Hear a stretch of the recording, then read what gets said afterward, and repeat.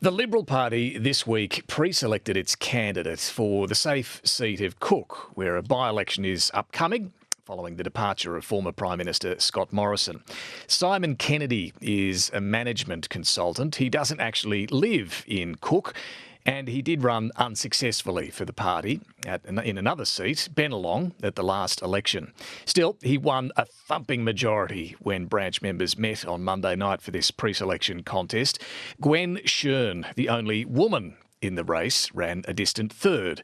Despite living on the border of the electorate, despite an impressive international CV, and despite an endorsement from none other than former Prime Minister John Howard. So what happened here?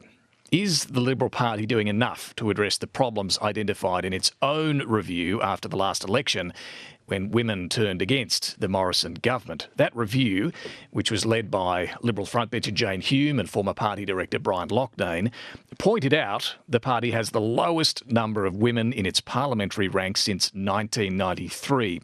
And it called on the party to ensure there's a much larger number of high-quality female candidates contesting key, winnable seats at the next election. Winnable seats being the operative word we'll come back to.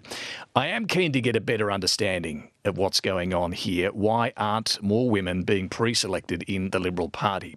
Welcome to Insiders on Background. Charlotte Mortlock is the founder of Hilma's network, which is trying to shake things up and boost the number of women in the coalition's parliamentary ranks. Charlotte, welcome to you. Thank you, David, so much for having me on.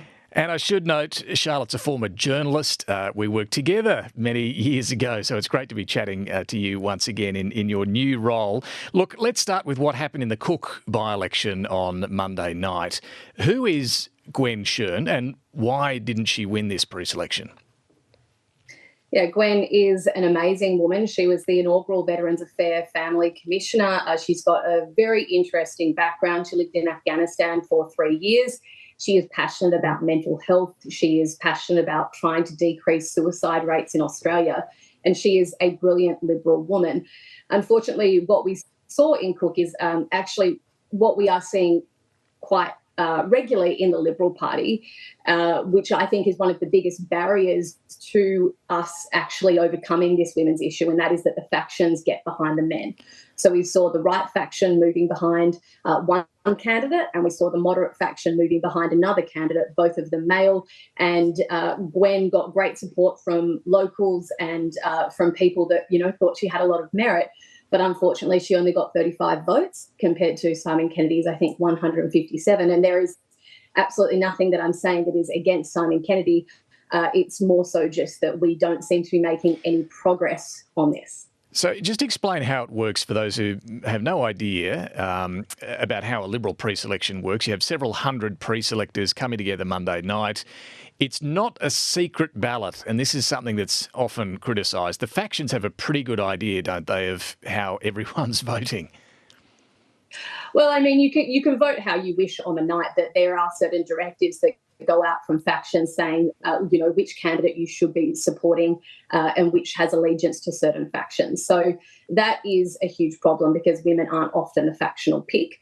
And we do see them really mobilising behind men in a way that they don't around women. So the pre-selection process is the most important part, I think, of democracy, because whilst the broader public get to see who the Liberal Party puts forward as the candidate, the Liberal Party itself and its members actually get to decide on which candidate that will be. So there might be 9 candidates, there might be 4 candidates, and then those members in the conferences that make up that seat, so there might be kind of 6 branches, there might be 10, all of the members in those branches have a right to vote in that pre-selection as well as a central component.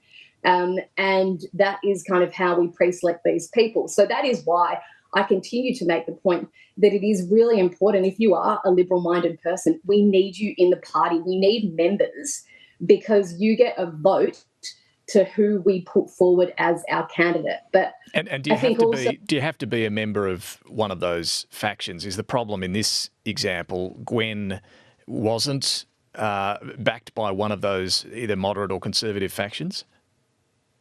So I think it's you don't have to be part of a faction. You can be a factionless person. In fact, I love factionless people and I love factionless candidates. but a lot of the party membership is aligned with a certain faction. So and that's the same in the Labor Party too, right? You don't get very far if you're not aligned with a faction. Yeah. And we also have the centre-right faction as well in New South Wales. Now, there are some states that they say they don't have factions, but there are still blocks of people who mobilise behind certain candidates. And so, unfortunately, we need a flooding of people. We need more members joining the party to actually try and help us in that pre-selection process. But I very much understand that until we get more women elected into our parliament as Liberals at that representative level, we're really struggling to get them joining as members. We know from the Hilma name review, one of the key comments that was put in that was that in seats that had a lot of Teal defectors, one of the main reasons they defected from the Liberal Party was because they thought women within the Liberal Party were not treated well. So we need to counteract that argument and show them that they do value women. We continually hear people saying, we want women in our party, we're desperate for women, but unfortunately what we see when we have these public losses of women and women not getting pre-selected, it says, a lot of women would think, well, they don't want us or they don't value us. And so we need to fix it at a representative level in order to have that grassroots impact, which is very much what Hilma's is trying to do through a lot of our events. We are trying to make it more curated to women, and we're doing, I think, a good job in recruiting women, as are many women across the country with various different women's councils in various divisions. But it isn't working until we can prove to them that the representative level is changing. And you noted the Hume Lockname target. We've said 50% women by 2032. We made a target in 2015 that was supposed to be 50% by 2025. That's next year. Even if we doubled our current numbers, we're not going to meet it. Well, so there's a lot in what you've just said there, but just on that last point, targets, are they really worth the paper they're written on, or does the Liberal Party need to go for quotas, which have been successful for Labor? I don't talk about quotas. I'm supportive of quotas, but I don't waste my time talking about them because we'll never get them. As I understand it, you would need to change the Constitution and then the members would get to vote, and we just wouldn't have the support to get quotas. So that is, I think, the frustration of so many women. It's a losing battle, you reckon, in the party? I just don't know where we go from here. Like, we're trying to do it, I'm certainly trying to do it through events and recruitment, but they're not coming unless we change the representative levels, and we're still only at 29%. And those targets, I don't know why no one's, as a Liberal, one of the main reasons I'm part of this party is because I believe in accountability. And if we're making these targets, I don't know why we're not sticking to them. But just to be clear, you don't think it's worth pushing for quotas just because, there's too much resistance to it in the Liberal Party? Yeah, I think it would be a waste of my time because I think they would fail. It wouldn't get past. Yeah, it sounds like what you're saying then is, do you need more women as members who are then going along to pre-selections? I mean, do you have any idea in Cook, for example, how many were women, how many were men who are voting on this on Monday night? I don't have the specifics on but roughly, are we talking about a pretty small percentage of women? Oh, it wouldn't be like a small percentage, but it's definitely weighted towards men. We know the Australian average, as across the country, the average Australian is a 37-year-old woman, and we know that the average Liberal Party member is a male in his 60s or 70s. So it's that, and that's not that. But we talk about that. But that's, I imagine they would be quite similar in Labor as well. Like, we do know that political engagement through party membership is declining rapidly. But yeah, that is the message. I'm like, flood the party, like, help us out, be part of these pre-selections. So how do you do that?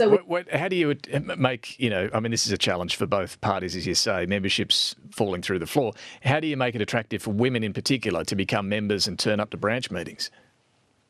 Yeah, so that's what Hilma's is trying to do. We are going for the women between the ages of 30 and 60 with curated events. We're doing an event that is headshots and bubbles. So we're trying to provide free headshots and networking for women in that age bracket to really broaden our reach. We know that there are lots of people who different things appeal to them, and credit to the New South Wales Women's Council. They're doing really different stuff at the moment when we are trying. But the women that I speak to that come along to Hilma's events that haven't converted to Liberal Party membership, they're like, no, you don't have enough women at a representative level. You haven't fixed that problem. You haven't addressed it. When you do, I'd love to be part of it because my values align to the Liberal Party. Well, some make the point that politics isn't a particularly attractive role for a lot of people, but particularly for women. Being a parliamentarian, involves all sorts of difficulties. Is there much that can be done about that? The job is the job. It comes with all the baggage that we know of. Are women more reluctant to put up their hand for this sort of career? So, yes, I do think it's harder for women to be in politics. I think they face more criticism. But it's not the lack of pipeline. We have a really good pipeline. We just can't get them in. And anyone who tries to pretend like, oh, we just wish we had more women in the pipeline, they are being willfully ignorant or deliberately misleading. That is not the case. We have really, really impressive women ready to go, and we can't get them up. And we can draw the comparison to Labor. They also have lots of women, lots with young children, and they find a way around it. And as a party, we need to address that. And I've got to ask, if there are plenty of women there in the pipeline, coming back, what's the problem? Is sexism or even misogyny a factor here? So I don't think to be really honest, I actually don't think it's malice or ill intent. I don't think these people are deliberately not voting for women. I think there's a lot of confirmation bias over who will be strong in Parliament and what a strong parliamentarian looks like, and that is not lending itself to women. I do also think something that has had a really big impact on this is the Warringah motion that brought in the plebiscite so that every member did get a say in pre-selections. I think that Liberal Party members love that right to vote. So again, you're right. They hold this as a virtue, don't they? They push back against quotas because they say, we believe branch members should ultimately decide. Yes. But the adverse reaction to that has been that by empowering those members, it's kind of disempowered women, because I don't think that has worked in women's favour. And I totally think that it was not the objective of it. I think this has just been an adverse reaction to it that we are seeing since that Warringah motion came through, and we have these plebiscites where all members vote. There are very few cases where a woman has beat a man. This is really interesting. So what you've just said, that empowering branch members has disempowered women. Are you saying that Warringah motion needs to go? There needs to be more capacity for head office to choose candidates, to choose women candidates. I had someone explain it to me one time, like the coach of the football team picks the football team, not the fans. And I do think there is something in that, yes, it's awesome. You've got to be a community member. You've got to be at that micro level, grassroots, engaged with your community. But there is also a macro level. There is someone saying, hey, this is what we're missing in our cabinet. We really need someone with these capabilities. We really need someone, we need more women. We need more culturally diverse people. So I do think that, unfortunately, at the moment, that is something that needs to be addressed. Again, I'll emphasise, because they will come after me with pitchforks, I am not saying that we need to abolish the Warringah motion, because it would not be successful and not be a good use of my time. But we do need to figure out, either there needs to be an educational piece that we take to members to say, hey, like, this might be your inclination to vote for this person, but here's some statistics on your local seat, or here's what we're really needing, or we need some sort of a weighting maybe, or some sort of, one of the ideas that I've heard before is that the leader of the party gets a bit of a weighted vote, so that they weigh in to say what he or she thinks the cabinet is missing. I think there's a lot of ideas we can explore. I have not got the constitutional background to put them forward to you today, but there's a few ideas there. No, there are some interesting ideas there, and I hope no one does come for you with a pitchfork, Charlotte. Looking at the seats there pre-selections have taken place. I mean, you ask someone in the Liberal Party about this issue and they'll give you the official line. They're picking plenty of women. But when you break down and look at the list, which I had a bit of a look at, Monash is a marginal Liberal seat. They've picked a woman there. Yeah. But then you've got Higgins, then you've got Higgins, Lyons, Eden Monero, Parramatta, where women have been picked, but they're all held by Labor. So they'd be, trying to take a seat from Labor. North Sydney, a woman's been picked, but again, that's held by a Teal independent, so they'd have to take it off the Teal. The safe Liberal seats, the ones that are easier to win, they, like Cook, they typically are going to men. Is that a fair characterisation of the pre-selections we've seen so far? Yeah, well, I think the other thing that is interesting about all of those seats you just mentioned, and Monash with Mary Aldred is the anomaly here. In every single one of those seats you just mentioned that are not Liberal held, they were all pre-selections where only women ran. So they didn't have an alternative. It is when women... Right. I didn't realise that. So they had no choice. Yeah. Okay. I'm pretty sure. So that was Eden Monero, Parramatta, North Sydney. I can't remember which other ones you named, but yeah. Yeah, so Lions, Parramatta. Yeah. Yeah. And then you've got a few coming up. There's McPherson, where Karen Andrews is leaving, in Queensland on the Gold Coast there. There are 4 men, no women, up for pre-selection there, so that will go to one of the men, obviously. And then around the same time, I think in the next couple of weeks, there's Kooyong and Goldstein. These are 2 seats held by Teal independents. Tim Wilson is the front runner to be pre-selected to have a go at winning back his seat of Goldstein. But it does look like Amelia Hamer, is the favourite to win pre-selection in Kooyong. Is this good enough? Amelia Hamer's amazing. Steph Huntrangen and Goldstein is amazing. All of these women are awesome. But no, it's not good enough. We need more women. We know that we're seeing Nola retiring, Linda Reynolds retiring, Karen retiring. So we're losing 3 women. We're only at 29% currently. We either need to see a lot of women winning seats that become Liberal, or we're going backwards, and we're already at a 30-year low, as you quoted in the start of this. Look, for some people who might question, why does all of this matter? A couple of things. You need a parliament that's representative of the people, right? And half the population is women. So without that representation there for one of the major parties, they're not properly representing that part of the electorate. But electorally as well, and you kind of made this point, I think, a little earlier too, it's pretty clear that if you're not running female candidates, you're at much greater risk of losing votes. Yeah, so there's a few different arguments to why we need women. And one of them is because, we know that, women bring different perspectives to the table, and that's awesome for policy formation.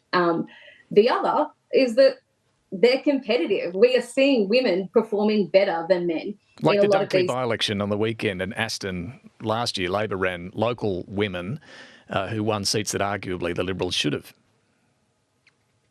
Well, I mean, you saw in the New South Wales election as a whole, the women performing a lot better. We have actually a fairly good gender representation now at a state level for New South Wales, but that's because a lot of men lost their seat. And it's also because there was intervention from Dominic Perrottet, who ripped up the New South Wales Parliament, the Liberal upper house ticket, and put a whole lot of women in. I think there were 5 women that got in, and a lot of men were put out.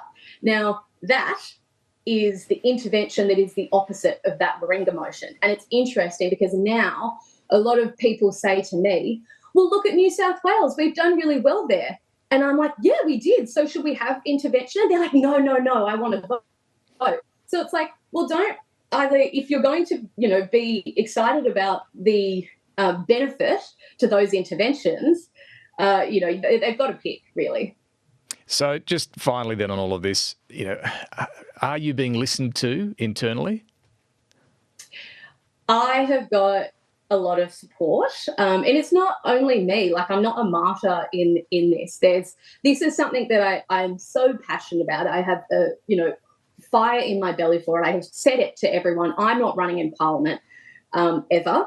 But this is the hill I'm dying on. Ever. This needs to be Charlotte. No, ever. I have no interest in it, but this is the hill I'm dying on. I want to see our party, the party that I'm a member of, the party that, I love and I want to see in government. I want to see us fix this, and I want to see us actually address those targets instead of continually putting them in and then forgetting about them. And I do think that we women are starting to be listened to, but there's no action, and we need action. We need someone to come up with a plan.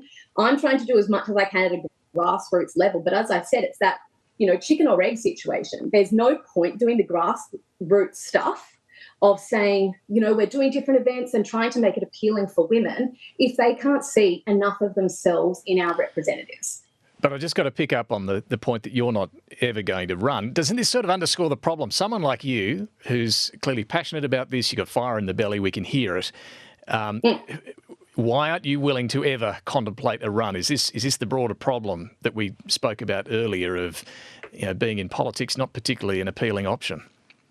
No, it's not that it's not appealing. It's that I think that not everyone who works in politics should be a politician. Like, there are lots of roles in politics, and it's almost like when someone's good at their job, people put them into management roles, and not everyone's a good manager. Yeah. I think that I am way there at a connective level, at a community-based level, and I say that so strongly. I say I will never run because initially when I launched Hilma's, a lot of people were like, oh, she's doing it for self-interest, she's got her own agenda, she just wants to run. So I try to make that abundantly clear that this is not, something that I'm doing to gain the support. No, I understand.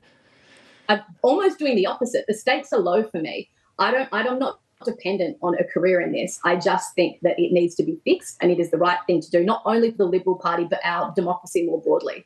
Yeah, no, that makes sense. Totally understand that. Look, we're recording this on a Thursday. Tomorrow is International Women's Day. Charlotte Mortlock, I really hope you have a good one. And thanks so much for bringing us up to speed on this important issue. Thank you. Thank you so much, David. And thank you for listening. We'll be back in your feed with Insiders on Sunday and then another on background chat next week. Bye for now. Can us all feel very excited about being here.